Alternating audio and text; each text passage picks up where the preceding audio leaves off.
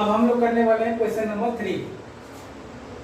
थोड़ा एक tough question है, मैं पहले ही बता दूं, ठीक है, बट इम्पॉसिबल चीज नहीं है, ध्यान रखना। अ train covers a certain distance eight uniform speed, ठीक है भाई। If the train would have been 10 km faster, it would have taken 2 hours less than the scheduled time. देखो अब यहाँ क्या करना, एक ओरिजिनल स्पीड ले लो ट्रेन का। ये क्या बोल रहा है कि अगर ट्रेन का स्पीड 10 किलोमीटर पर आवर में बढ़ा दूं तो टाइम इसका 2 घंटे कम टाइम लेता है। ये क्वेश्चन यही है, तो आप लेट कर लो, late original time taken by train is t hour और original speed of train is x kilometre per our, ठीक है। अब ये अगर ओरिजिनल टाइम से चलेगा, देखो यहाँ ध्यान से, ये ओरिजिनल वाला सिचुएशन है और एक न्यू वाला सिचुएशन है। अब ये बोल रहा है कि अगर ये ओरिजिनल टाइम स्पीड से चलेगा यानी कि x किलोमीटर पर आवर से चलेगा, तब इसका टाइम कितना लगता है। देखो टेक्निक बता रहा हूँ, कितना ट्रिकी क्वेश्चन है और 2 सेकंड में आंसर निकलेगा। अगर ये ओरिजिनल स्पीड से चलता है, x किलोमीटर पर आवर से चलेगा, तो इसका टाइम कितना लगेगा, t आवर। और न्यू स्पीड में देखो, न्यू मतलब न्यू स्पीड कितना है, इसका 10 किलोमीटर पर आवर इसने बढ़ा दिया स्पीड को, राइट, फास्टर, तो 2 घंटे कम टाइम लगेगा। मतलब स्पीड कितना हो गया इसका, x kilometre per our. New speed कितना हो गया, x किलोमीटर पर आवर। तो न्यू टाइम, टाइम क्या बोल रहा है, 2 घंटे कम लगेंगे।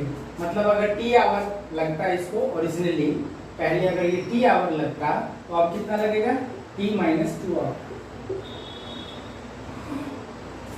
अब देखो दोनों ही सिचुएशन में आप क्या करोगे, ये स्पीड है, ये टाइम है, ये स्पीड है, ये टाइम है। स्पीड इनटू टाइम क्या होगा, speed equals to distance upon time. तो स्पीड इनटू टाइम क्या होता है, डिस्टेंस, है ना। ये तो हर सब में एक ही फॉर्मूला लगता है।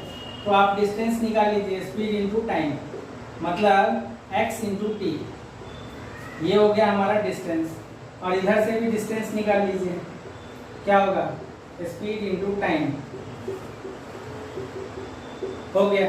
ये भी डिस्टेंस है, ये भी डिस्टेंस है, दोनों डिस्टेंस तो सेम ही है, डिस्टेंस थोड़ी चेंज हो रहा है। मतलब आप इन दोनों को इक्वल कर दीजिए, आपका इक्वेशन आ गया। कैसे, xt equals to x plus 10 into t minus 2, that's it. कोई घबराने की जरूरत नहीं है, 2 मिनट में आंसर निकलेगा। देखो 10t माइनस 20, अब ये xt कट हो गया, देखो xt कट हो गया, तो ये आप निकाल लो, इधर ले आओ इसको, तो 2x minus 10t equals to minus 20। ये पहला इक्वेशन। दूसरा भी कर दो फटाफट इसी में। दूसरा बोल रहे हैं कि the train were slower by 10 kilometre per hour, यानी कि अब इसी को मिटा के मैं लिख देता हूँ, तो आप लोग कंफ्यूज मत करना। इसी को मैं मिटा देता हूँ यहाँ पे कि अब जो है न्यू स्पीड क्या बोल रहा है और न्यू टाइम क्या बोल रहा है, ठीक है, और न्यू डिस्टेंस क्या हो जाएगा, ये देख लेना ध्यान से। Now the question is saying कि train were slower by 10 kilometre per hour. अब न्यू स्पीड क्या हो गया, 10 किलोमीटर पर आवर स्लो कर दिया उसको, तो नया स्पीड क्या हो गया, x माइनस 10। तब टाइम कितना लगेगा, बोल रहे हैं 3 घंटे ज्यादा लगेगा, 3 आवर्स मोर। अब टाइम कितना लगेगा, पहले t आवर था, अब t प्लस 3 आवर। अब डिस्टेंस कितना हो गया, स्पीड इंटू टाइम, तो x minus 10 into t plus 3। अब दोनों डिस्टेंस को सेम कर दो ऐसे ही, xt equals to x minus 10 into t plus 3। ये t है, ये कंफ्यूज मत करना, t है, ठीक है। ये क्या बन गया, xt plus 3x minus 10t minus 30 equals to xt। अब ये और ये कट हो गया, तो ये क्या आ जाएगा, इधर लाओगे तो, या इसी को इधर ले आओ 30 को, ये हो गया 3x minus 10t equals to 30। ये हमारा सेकेंड इक्वेशन। इन दोनों इक्वेशन को अगर आपको मैं सॉल्व करके दिखा दूं तो 2 मिनट दीजिए, मैं फटाफट इसको सॉल्व करके आंसर भी निकाल देता हूँ, ठीक है। इसमें कोई टेक्निक नहीं है, बस इतना ही सा था ट्रिक, और बच्चे को कुछ समझ में नहीं आता, वो घूम जाता है बिल्कुल। तो ये देखो 2x minus 10t equals to minus 20 और 3x minus 10t equals to 30। दोनों को सॉल्व करिए, ये माइनस ये प्लस ये माइनस, ये और ये cut, minus x equals to minus 50, x equals to 50, x का वैल्यू इसमें डाल दो। फर्स्ट इक्वेशन में ये इक्वेशन 1 है, इक्वेशन 2 है। अगर मैं फर्स्ट वाले में डालूं एक्स का वैल्यू 50 तो ये 2x है, मतलब 2 into 50 minus 10t equals to minus 20। तो ये माइनस 10t इक्वल्स टू ये 100 उधर चला गया तो minus 20 minus 100 this is minus 120। ठीक है, अब ये माइनस माइनस कट तो t कितना हो गया 12। ठीक है, अब इसका जो है अब आपको क्या पूछा है कि find the distance covered by the train. तो डिस्टेंस हमारा क्या है भाई, ये भी डिस्टेंस है, ये भी डिस्टेंस है, तो हम ओरिजिनल डिस्टेंस निकाल लेते हैं xt जो हमारा डिस्टेंस है। ठीक है, तो डिस्टेंस कितना है मेरा xt, तो x कितना है मेरा 50 और t कितना है 12, तो हमारा आंसर कितना हो गया 600 किलोमीटर। दैट्स इट, इतना ही क्वेश्चन है, ये समझने की बात है, ट्रिक की बात है। ठीक है, क्वेश्चन में फिर से एक बार रिपीट कर देता हूँ कि अगर क्वेश्चन ये बोल रहा है कि अगर वो ओरिजिनल स्पीड x स्पीड से चल रहा तो उसको t आवर्स लगता है। अब अगर स्पीड अगर आप एक बार बढ़ाते हो तो टाइम 2 घंटे कम लगता है, मतलब 10 किलोमीटर अगर उसने इंक्रीज किया 10 किलोमीटर पर आवर स्पीड को बढ़ाया तो 2 आवर्स लेस हो गया टाइम। और यहाँ पे सेकेंड वाले सिचुएशन में था कि अगर 10 किलोमीटर पर आवर उसने डिक्रीज कर दिया तो 3 आवर्स का ज़्यादा टाइम लगा, हो गया। दोनों में स्पीड इनटू टाइम किया, डिस्टेंस इक्वल किया, खत्म। ठीक है,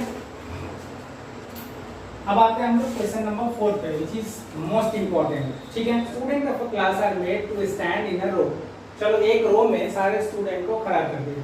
ठीक है, and if 3 students are extra in a row there would be 1 row less.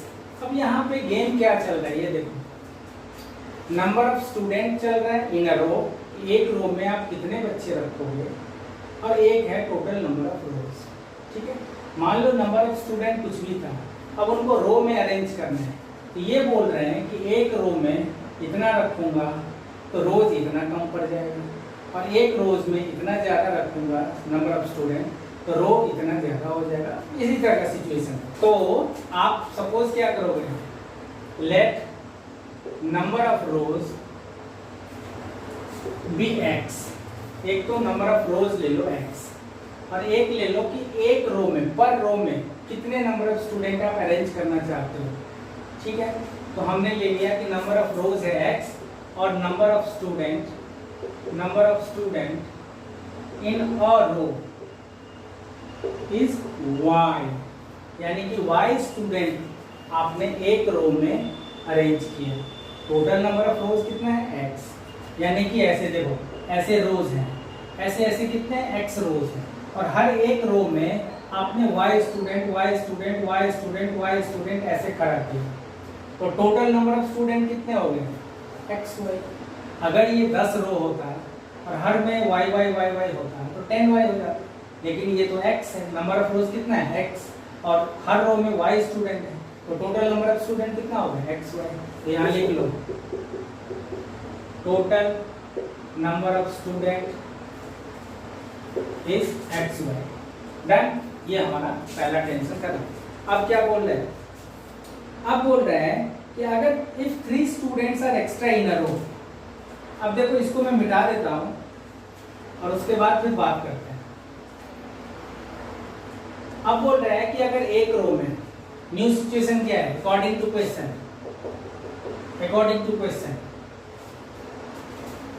Question ये बोल रहा है कि if 3 students are extra in a रो, यानी कि ये नंबर ऑफ स्टूडेंट जो एक रो में है कितना है y। अब ये बोल रहे हैं कि 3 अगर ज्यादा हो तो यहाँ लिखो number of students in a रो, बोल रहा है y + 3, 3 ज्यादा, अगर एक रो में आप 3 ज्यादा बिठाते हो तो क्या बोल रहे हैं, there would be 1 row less, यानी कि पहले रो था x, अब एक कम हो गया 1 रो लेस, तो यानी कि नंबर ऑफ रोज कितना हो गया, एक रो लेस, यानी कि x - 1। अब देखो नया वाला नंबर ऑफ रोज कितना आ गया x - 1, और नंबर ऑफ स्टूडेंट पर रो कितना हो गया y + 3। तो अब इसके हिसाब से टोटल नंबर ऑफ स्टूडेंट कितना हो जाएगा, दिस इनटू दिस। भाई यहाँ देखो ना, नंबर ऑफ रोज x था और हर रो में y बच्चे थे, तो टोटल बच्चे कितने हो गए एक्स वाई। ऐसे ही यहाँ पे नंबर ऑफ रोज ये है और हर रो में इतने बच्चे हैं, तो टोटल स्टूडेंट टोटल बच्चे कितने हो जाएंगे 10 × 10। तो यहाँ लिखो टोटल नंबर ऑफ स्टूडेंट कितना हो जाएगा y+3 इंटू x-1। अच्छा ये भी टोटल नंबर ऑफ स्टूडेंट है और ये भी टोटल नंबर ऑफ स्टूडेंट है, दोनों को इक्वल कर दो, यहाँ से एक इक्वेशन आ जाएगा। कैसे? इसको मल्टीप्लाई कर लो, y+3 into x-1 equals to xy हो गया। इसको मल्टीप्लाई करके क्या आ जाएगा xy minus y plus 3x minus 3 equals to xy। अब xy कट गया, हमारा इक्वेशन क्या आ जाएगा 3x minus y equals to 3। ये मेरा पहला इक्वेशन आ गया, आप खुश हो जाइए। दूसरा इक्वेशन क्या है? अकॉर्डिंग टू क्वेश्चन दूसरा सिचुएशन क्या बोल रहा है कि अगर 3 students are less in a row, number of student in a row कितना था y। अब क्या बोल रहा है number of student in a row. अब बोल रहा है कि अगर 3 बच्चे कम हों, 3 स्टूडेंट्स आर लेस इन रो, अब कितना हो जाएगा y-3। एक रो में नंबर ऑफ स्टूडेंट कितना हो गया y-3। तब कितना होगा रो, देयर वुड बी 2 रोज मोर। तो अब रो जो नंबर ऑफ रोज हो जाएगा वो 2 ज्यादा हो जाएगा, यानी कि पहले नंबर ऑफ रोज था x, अब नंबर ऑफ रोज हो जाएगा 2 मोर, यानी कि x+2। ये हो जाएगा number of rose x+2। Done. यानी कि अगर नंबर ऑफ स्टूडेंट एक रो में आप अगर 3 कम करेंगे, 3 बच्चे कम बिठाएंगे, तो आपके टोटल नंबर ऑफ रोज बढ़ जाएंगे, x+2 हो जाएंगे। तो फिर से टोटल नंबर ऑफ स्टूडेंट कितना हो जाएगा भाई, नंबर ऑफ रोज इंटू पर रो स्टूडेंट आप मल्टीप्लाई कर लो, तो दिस इंटू दिस हो गया टोटल नंबर ऑफ स्टूडेंट। लिख लो टोटल नंबर ऑफ स्टूडेंट क्या हो गया x+2 इंटू y-3 हो गया। ये अब नंबर ऑफ स्टूडेंट आ गया, तो आपकी बार में भी वही करेंगे, ये नंबर ऑफ स्टूडेंट है, ये नंबर ऑफ स्टूडेंट है, दोनों को इक्वल कर लेंगे। अब इक्वल कर लीजिए तो क्या हो जाएगा x+2 into y-3 equal to xy।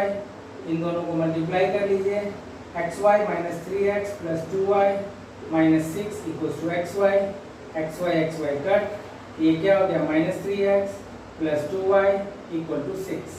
ये मेरा दूसरा इक्वेशन हो गया। जाइए बिंदास होकर दोनों इक्वेशन को सॉल्व करिए, आंसर आएगा ही आएगा, नहीं आएगा कमेंट में लिख के कुछ भी बोल देना, मुझे गारंटी देता हूँ। ठीक है, अब हम चलते हैं क्वेश्चन नंबर 5। हेलो बच्चे, what's up, this is maths academy by Shankar sir. अगर आप लोगों ने अभी तक चैनल सब्सक्राइब नहीं किया है तो प्लीज सब्सक्राइब करिए। बाय द वे मैं उम्मीद करता हूँ कि आप लोग कर चुके होंगे। एंड जो भी वीडियो आप देखते हो, अगर आपको लगता है कहीं भी कि अगर इसमें कोई इम्प्रूवमेंट की जरूरत है या कहीं भी कोई वीक एरियाज है, तो आप डेफिनेटली कमेंट करें एंड लाइक शेयर भी जरूर करें अपने दोस्तों के साथ अगर आपको वीडियो पसंद आता है। प्लस इम्पोर्टेंट चीज मुझे ये बताना था कि अगर आपको घर बैठे ऑनलाइन टेस्ट देना है फ्री ऑफ कॉस्ट, तो आप उसके लिए हमारा ऐप डाउनलोड कर सकते हैं प्ले स्टोर से, जो कि मैथ्स एकेडमी के नाम से है। ठीक है, और लिंक भी गिवन है डिस्क्रिप्शन में। एंड दूसरा ऑप्शन है कि आप हमारे साइट पे भी जा सकते हैं mathsacademia.com, वहां से भी आपको हमारा असाइनमेंट और टेस्ट वगैरह सब कुछ मिल जाएगा। Plus you can find me on Facebook with the same name maths academia by Shankar sir. आप ट्विटर पे भी, इंस्टा पे भी, गूगल पे भी, कहीं भी मुझे फाइंड कर सकते हैं, मुझे फॉलो कर सकते हैं। ये हम लोग कंटिन्यू करते हैं। अब क्वेश्चन नंबर 5 है। 5 क्या है ये देखिए जरा। एक ट्रायंगल है, उस ट्रायंगल में सारे सिचुएशन दे दिए इसमें कि भाई एंगल सी। अच्छा, इसमें बच्चे लिखने में ही कंफ्यूज कर जाते हैं। क्वेश्चन देखना गौर से। एंगल सी इक्वल्स टू क्या लिखा हुआ है, मैं लिख देता हूँ। Angle C equals to 3 angle B equals to twice of angle A plus angle B, और आपको तीनों एंगल निकालने हैं। तो सबसे पहले आपको मैं बता दूं, ज्यादातर बच्चे ये सोचते हैं, लिखने में ही कंफ्यूज कर जाते हैं। वो ये सोचते हैं कि एंगल सी इक्वल टू 3 दिया हुआ है और angle B equal to twice of ये दिया हुआ है। ना, ऐसा बिल्कुल मत करना। ये तीनों एक साथ लिखा हुआ है, मतलब angle C equal to 3 angle B है और 3 angle B equal to twice of this है। ये ध्यान रखना, एंगल सी इक्वल टू 3 नहीं है, angle C equal to 3 angle B है और 3 angle B equal to twice of this है। ऐसे क्वेश्चन को सॉल्व करने के लिए बेस्ट मेथड क्या है पता है? इसको आप ना के लेट कर लो, लेट कर लो के, मतलब एंगल सी इक्वल टू के हो गया। चलो भाई 3 एंगल बी इक्वल टू के, तो एंगल बी कितना हो गया? के बाई 3। चलो एंगल सी हो गया, एंगल बी हो गया, सबको हम एक ही टर्म में ले आते हैं, हो गया मामला खत्म। तीसरा क्या है? 2 twice of angle A plus angle B equals to k. अब इसमें क्या करोगे? एंगल बी का वैल्यू के बाई 3 डाल दो और एंगल ए का वैल्यू निकल जाएगा। Twice of angle A plus angle B का वैल्यू के बाई 3 डाल दो इक्वल्स टू के। अब 2 को इधर ले आओ, एंगल ए प्लस के बाई 3 इक्वल टू के बाई 2। अब के बाई 3 को इधर ले जाओ, तो क्या हो गया? Angle A equal to what? K by 2 minus k by 3। अब इसको सॉल्व करोगे तो ये हो गया 3k माइनस 2k अपॉन 6, ठीक है। अब ये 3k माइनस 2k हो गया k बाई 6।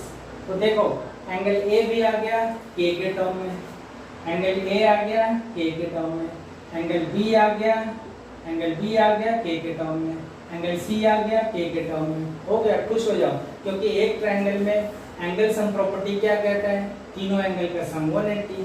वो हो गया, लिख दो angle A plus angle B plus angle C equals to 180। अब एंगल ए क्या है आपका? k बाई 6, एंगल बी क्या है आपका? k बाई 3 और एंगल सी क्या है आपका? k equals to 180। अब यहाँ से सॉल्व कर लीजिए, ये 6 हो गया, k this is 2k this is 6k equals to 180। ये हो गया 9k इक्वल्स टू 180 इंटू 6। अब यहाँ 9 से इसको कट कर दो या अपॉन में लिख लो, अगर आपको कट करने में डर लगता है तो अपॉन में लिख लो। 9 2 जा तो 22 जा 60 हो गया, 26 जा 120 हो गया। तो k का वैल्यू क्या आ गया? 120। आपको ABC निकालना है, अब यहाँ वैल्यू डाल दे जाओ, आंसर निकाल दे जाओ। एंगल सी कितना हो गया? k का वैल्यू कितना है? 120, तो ये हो गया 120 डिग्री। b क्या है? k अपॉन 3 यानी कि 120 अपॉन 3, ये कितना हो गया? 40 डिग्री। चलो एक आंसर ये हो गया। और तीसरा k बाई 6 है, यानी कि 120 बाई 6 करते हैं, तो कट के कितना हो गया? 20 डिग्री। तो ये हो गया, एक आंसर ये, एक आंसर ये, एक आंसर ये, ठीक है। ये तीनों आंसर आपके करेक्ट हैं। अब हम लोग चलते हैं क्वेश्चन नंबर 6 पे, जो कि बिल्कुल इनोवेटिव टाइप का क्वेश्चन है, एकदम नए टाइप का क्वेश्चन है और पहले बोर्ड में खूब आते थे, आजकल भी आते हैं घुमा फिरा के।